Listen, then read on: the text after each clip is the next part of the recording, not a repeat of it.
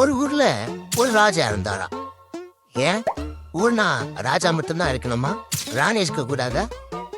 ஒரு மகாராணி இருந்தாங்களா. அவங்களுக்கு சேவகம் செய்ய ஒரு பணிப்பெண்ணும், சொல்றது செய்ய நிறைய தளபதிகளே இருந்தாங்களா.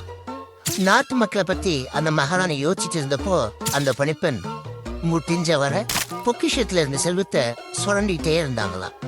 அந்த திருட்டுக்கு துணையா தன் சொந்த பந்தங்களை சேர்த்து விட்டாங்களாம்.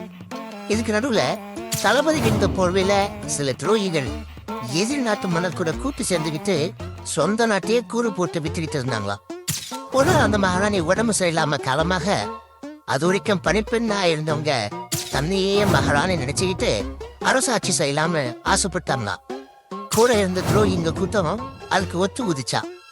ஆனா மகாராணிக்கு உண்மையான விசுவாசிகள் சில பேர் இருப்பாங்கல்ல, அவங்க எல்லாம் ஒண்ணு சேர்ந்து அந்த பணிப்பெண்ணை விரட்டி விட்டுட்டு துரோகிகளை துரத்தி விட்டுட்டு ஆட்சிக்கு வந்தாங்களாம்.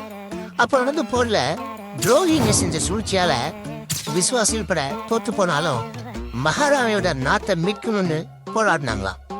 ஆனா அந்த பணிப்பெண்ணும் துரோகிங்களும் முதல கண்ணீர் வடிச்சுக்கிட்டு இப்பவும் விசுவாசிங்க கூட்ட தோக்கணும்னு எதிரிக கூட கள்ள கூட்டு வச்சுக்கிட்டாங்களாம்.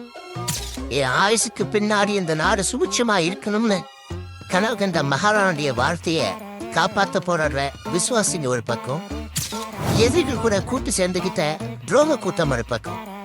இப்ப சொல்லுங்க மக்களே, வரப்போற போர்ல நீங்க யார் பக்கம்?